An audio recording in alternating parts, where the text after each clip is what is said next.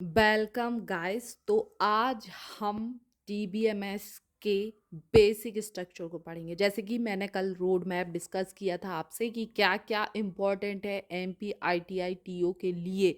सिर्फ वही पॉइंट यहाँ पे मैं रिवीजन पर्पस के लिए सिर्फ इम्पोर्टेंट टॉपिक पढ़ाऊंगी। और ये ओवरऑल डीबीएमएस का टॉपिक था, रोड मैप था, जो मैंने कल डिस्कस किया था। बताया था कि ये इम्पोर्टेंट पॉइंट है। इसके अलावा कोई भी डीबीएमएस का इन टॉपिक के अलावा कोई भी डीएमएस का क्वेश्चन नहीं आया अभी तक, ना ही आएगा।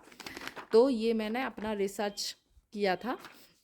उसके बाद आज हम स्टेप 1 जो इंट्रोडक्शन और आर्किटेक्चर के बारे में पढ़ाने जा रही हूँ। तो मैं शॉर्ट में टू द पॉइंट, नो बकवास, सीधा knowledge, only to the point बात होगी। डिटेल में पढ़ना है तो आप टॉपिक सर्च कर लेना please. Okay, so let's start. Introduction to DBMS. DBMS नाम से ही आपको सबसे पहले डीबीएमएस क्या है ये फुल फॉर्म इसका मालूम होना चाहिए। डेटाबेस मैनेजमेंट सिस्टम होता भी है। क्या होता है, स्टेप बाय स्टेप हम देखते हैं। डेटा जो है रो फैक्ट होता है, जैसे कि राम, कोई भी चीज़ का संज्ञात्मक मतलब कि नाउन जो बोल सकते हैं आप, जैसे कि राम, राम से लेकिन कोई मेक सेंस नहीं बन रहा है ना। तो मतलब इन डेटा क्या है, रॉ फैक्ट होते हैं, है ना, जिससे कोई इन्फॉर्मेशन ना निकल रही हो। जब इन्फॉर्मेशन कब निकलती है, जब जैसे यही मेक सेंस बनाने लगे, जैसे राम का रोल नंबर 101 है, तो ये कोई सेंस बनाने लगा, तब ये इन्फॉर्मेशन बन जाती है। बहुत बारीक महीन अंतर होता है डेटा और इन्फॉर्मेशन में, पर बहुत इजी है। आप कॉन्सेप्ट क्लियर रखिए तो सब बनेगा, है ना। डेटा रॉ फैक्ट होते हैं, इन्फॉर्मेशन प्रोसेस डेटा होती है, वही कि कोई मीनिंग निकाल रही हो, है ना। जैसे कि ये एग्जाम्पल के तौर पर ये दिया है, every information we call data but every data not a information. याद रखना बहुत ही इम्पॉर्टेंट है ये।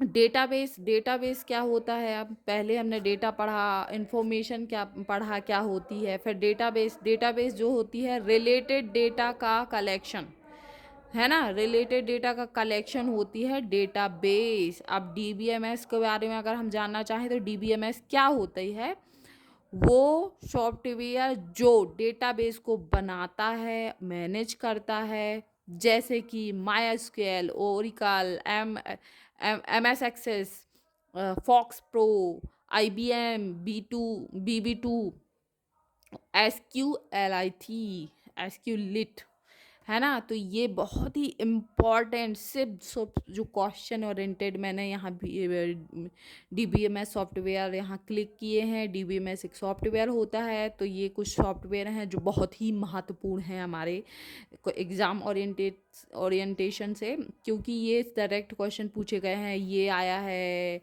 ये डायरेक्ट क्वेश्चन आया है, भाई सॉफ्टवेयर बताओ कि डीबीएमएस का सॉफ्टवेयर क्या कौन सा है, इनमें से कौन सा तो नहीं है डीबीएमएस सॉफ्टवेयर, है ना।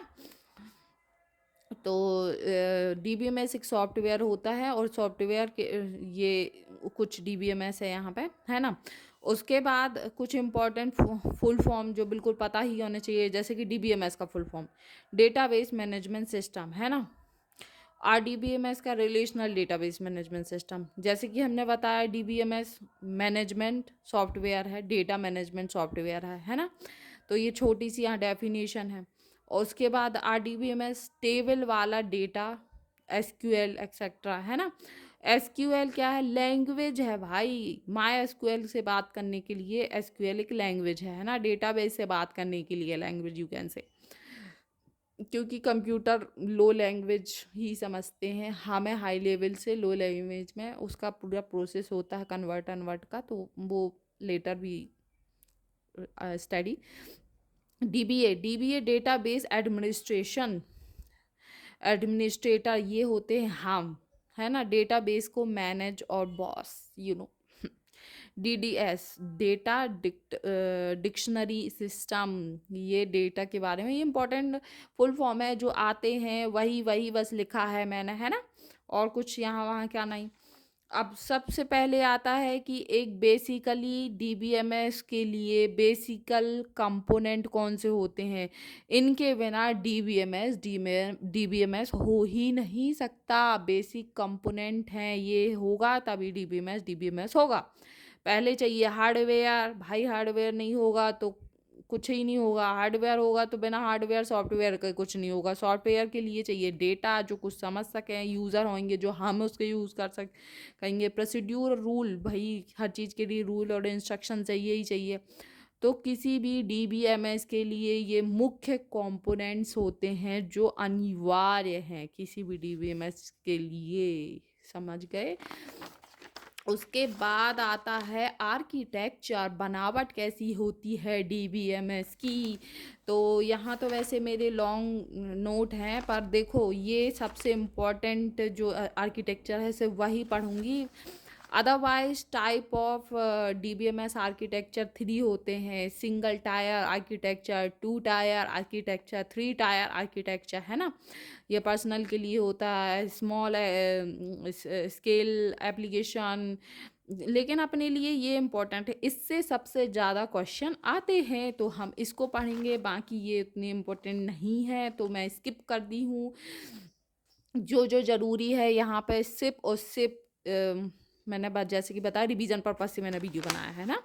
ठीक है, okay. Architecture 3 schema architecture abstractions हैं। और क्या बोलते हैं, पहला होता है फिजिकल लेवल।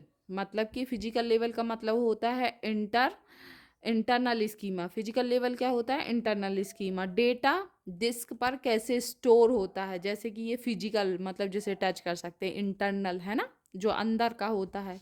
तो डेटा डिस्क पर कैसे स्टोर करते हैं, जो लो लेवल से डील कर रहा होता है। लॉजिकल और दूसरा होता है लॉजिकल और कंसेप्चुअल स्कीमा, है ना। क्या डेटा स्टोर है और टेबल के बीच में रिलेशन क्या है। डीवीए के लेवल को होता है, मतलब ये हम स्टोर कर रहे होते हैं, बेसिकली हमारे द्वारा यूज़ कर किया जाता है। और फिर यहाँ पे हमारा काफ़ी रोल कॉल होता है ना। व्यू लेवल, व्यू लेवल को क्या कहते हैं? External schema. यूज क्या यूज़र को दिखाना क्या है, क्या दिखाना क्या है, सबसे हाई लेवल। मतलब कोई तुमने डेटाबेस बनाया है तो उसका क्या कैसा क्या ओवरऑल है, मतलब अपीयरेंस से डील कर रहा है ना ये, है ना। ठीक है।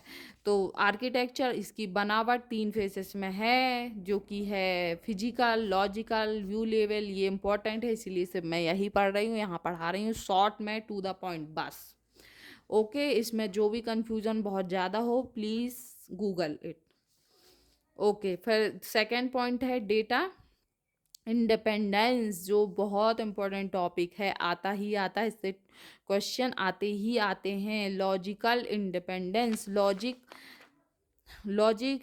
बदलने पर यूज़र व्यू पर असर ना पड़े। तो डेटा इंडिपेंडेंस के लिए पहली सार, दूसरी लॉजिकल इंडिपेंडेंस, फिजिकल इंडिपेंडेंस।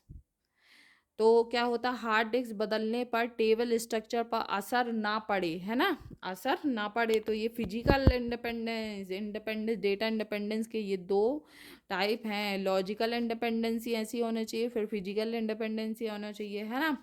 और फिर पांचवा पॉइंट हो जाता है जो इम्पोर्टेंट है हमारे एग्ज़ाम के लिए, वो है ACID, acid property, most important for transaction के लिए ये होती ही होती है डीबीएमएस में यूज़।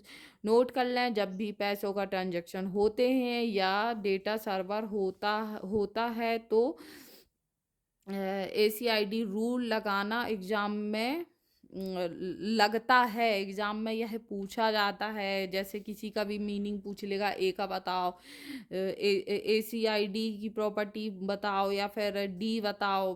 तो वैसे ये फुल फॉर्म में ही पूछा जाता, बहुत डिटेल में नहीं पूछा जाता, इसीलिए हमने बिल्कुल टू द पॉइंट लिखा है यहाँ। जैसे A फॉर ऑटोमिसिटी, काम पूरा होगा या बिल्कुल भी नहीं होगा, इसका मतलब ये होता है। C फॉर कंसिस्टेंसी, डेटा हमेशा सही और वैलिड ही रहेगा, ये बहुत आवश्यक अनिवार्य है। आई फॉर आइसोलेशन, एक यूज़र का काम दूसरे को डिस्टर्ब